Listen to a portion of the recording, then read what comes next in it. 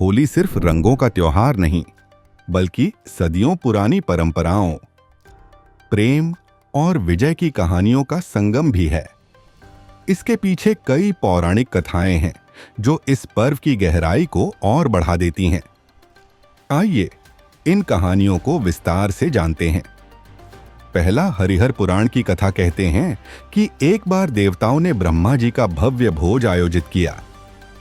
भोज के दौरान भगवान शिव ने डमरू बजाया, भगवान विष्णु ने आनंद में बांसुरी की तान छेड़ी, माता पार्वती ने वीणा का संगीत बिखेरा और देवी सरस्वती ने वसंत के रागों में मधुर गीत गाए।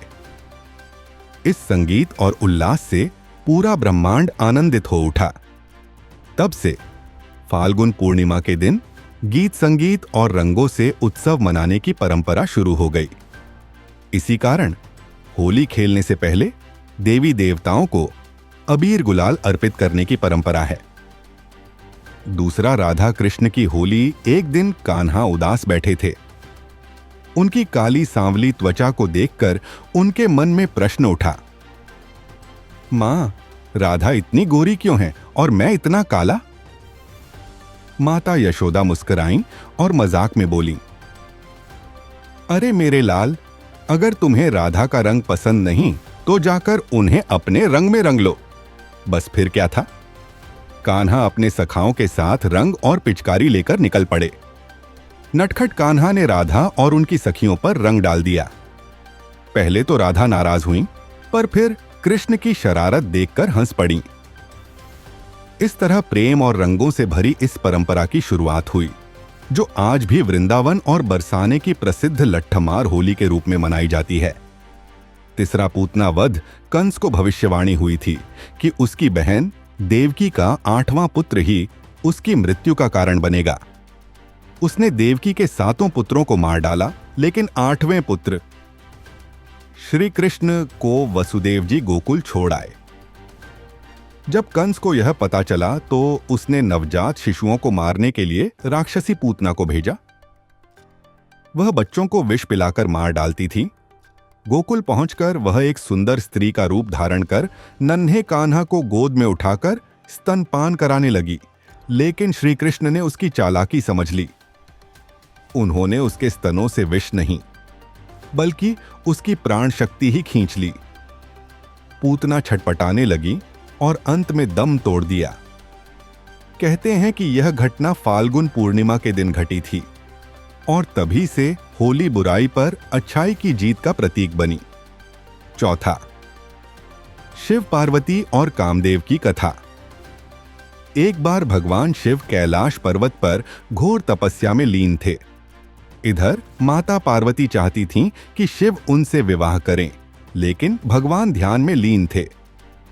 देवताओं ने इस समस्या को हल करने के लिए कामदेव को भेजा ताकि वे शिव की तपस्या भंग कर दें।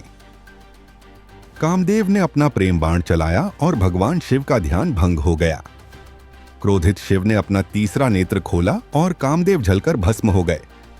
यह देखकर उनकी पत्नी रति बहुत दुखी हुई और शिव से अपने पति को पुनर्जीवित करने की प्रार्थना की।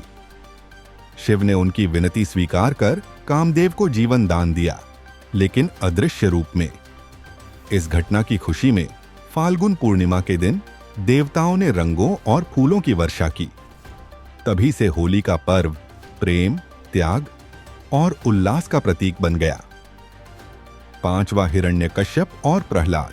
यह कथा होली से जुड़ी सबसे प्रसिद्ध कथा है। हिरण्यकश्यप एक अहंकारी असुर राजा था, जिसने भगवान ब्रह्मा से वरदान प्राप्त कर लिया था कि उसे न कोई मनुष्य मार सकता है, न कोई देवता, न दिन में, न रात में, न घर में, न बाहर, न किसी हथियार से। इस अहंकार में वह स्वयं को भगवान मान बैठा और अपने राज्य में विष्णु भक्ति पर प्रतिबंध लगा दिया। लेकिन उसका पुत्र प्रहलाद भगवान विष्णु का परम भक्त था। हिरण्यकश्यप ने उसे कई यातनाएं दी, पर प्रहलाद की भक्ति अडिग रही। आखिर में हिरण्यकश्यप ने अपनी बहन होलिका को बुलाया, जिसे वरदान था कि आग उसे जला नहीं सकती। उसने प्रहलाद को गोद में बैठाकर अग्नि में प्रवेश किया, लेकिन भगवान विष्णु की कृपा से प्रहलाद सुरक्षित बच गए और होलिका जलकर भस्म हो गई। तब से फाल्गुन पूर्णिमा की रात होलिका दहन किया जाता है, जो यह संदेश देता है कि अहंकार और अधर्म का अंत निश्चित है। इन सभी कथाओं का सार यही है कि होली सिर्फ रंगों का त्योहार नहीं, बल्कि प्रेम, भक्ति, भलाई और आनंद का प्रतीक भी है।